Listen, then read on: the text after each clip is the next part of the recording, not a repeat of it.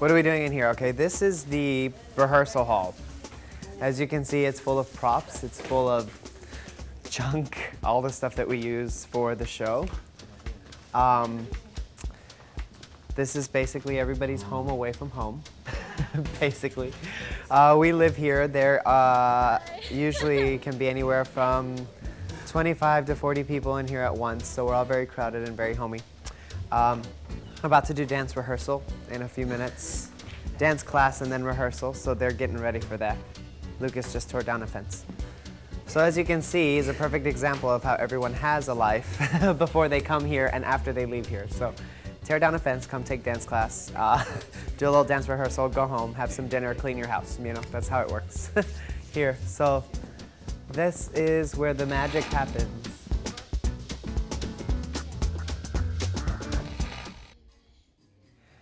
My name is Jesus Pancheco. I am originally from El Paso, Texas. I lived there for 18 years, and then I got accepted into Georgetown and defied my parents and went to go dance at West Texas A&M. I got my Bachelor of Fine Arts with a minor in vocal performance. Then I spent 3 weeks in New York just auditioning, staying with friends, and ended up going to a Ballet Memphis audition. It worked out. So then I moved here, and I've been here. This is going to be my 6th year living in Memphis.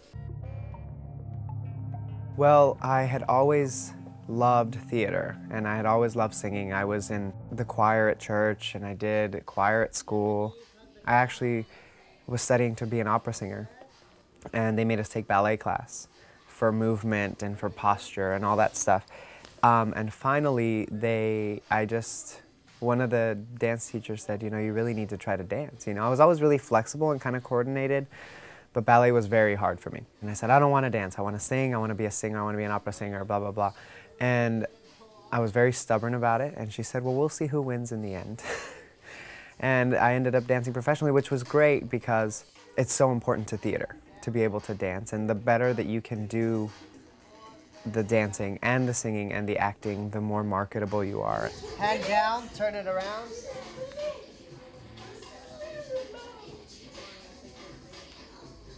It's pretty hard. Yes, very hard. How difficult is this? It's pretty close to impossible. This one's not too bad. This is my split. That's your split? Yeah. Come on.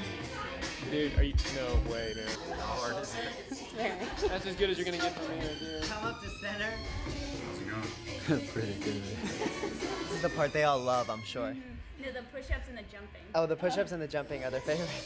And back.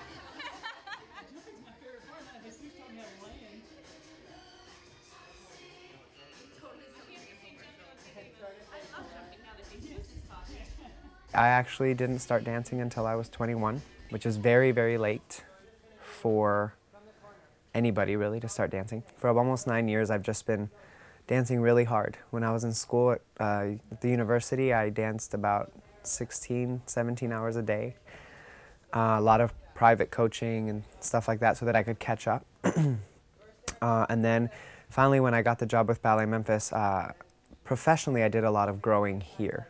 There's experience that's invaluable that you get from the professional world and the professional experience that you just don't get in school.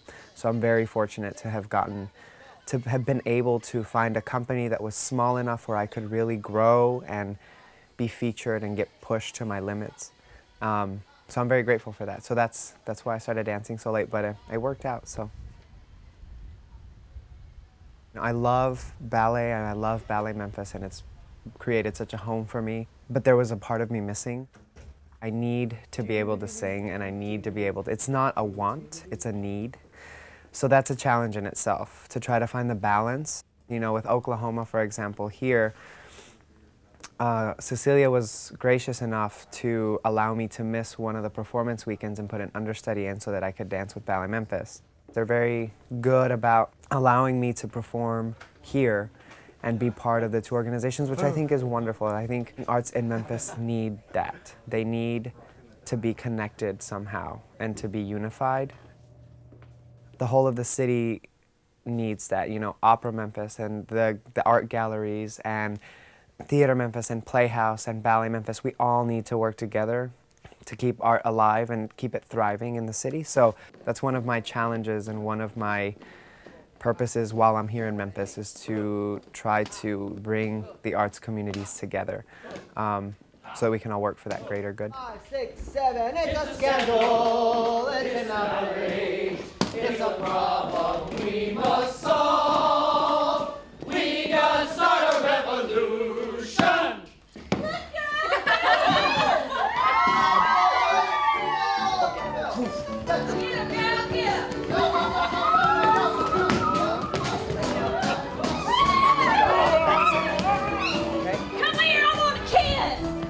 At Theater Memphis, we're currently working on a production of Oklahoma. Cecilia Wingate is directing it. I am choreographing the show, and I'm also performing in it as Ali Hakim. So that's tough, trying to choreograph and be in a show at the same time, but it's been an amazing experience. The experience I've gotten has been amazing because, you know, it's my first kind of big thing that I've done like this, you know, like actually choreographing a show. I've never done something like that. I've choreographed for Ballet Memphis last year, but ballet choreography and theater choreography are very different. I mean, you have to add in a lot of pedestrian situations when you're doing theatrical choreography. It's not so much, you know, you can give somebody 8/8 counts of a step, that's easy, coming up with a step, but coming up with all the little conversations and making sure that while someone's dancing, someone over there is actually doing something they would be doing in real life, and that making sure that there are no dead moments on stage. That's very different. It's very different. It would be like choreographing maybe a full-length ballet, but then on top of that you have words and you have ad-libs and you have all this stuff. So it's been really difficult but gratifying.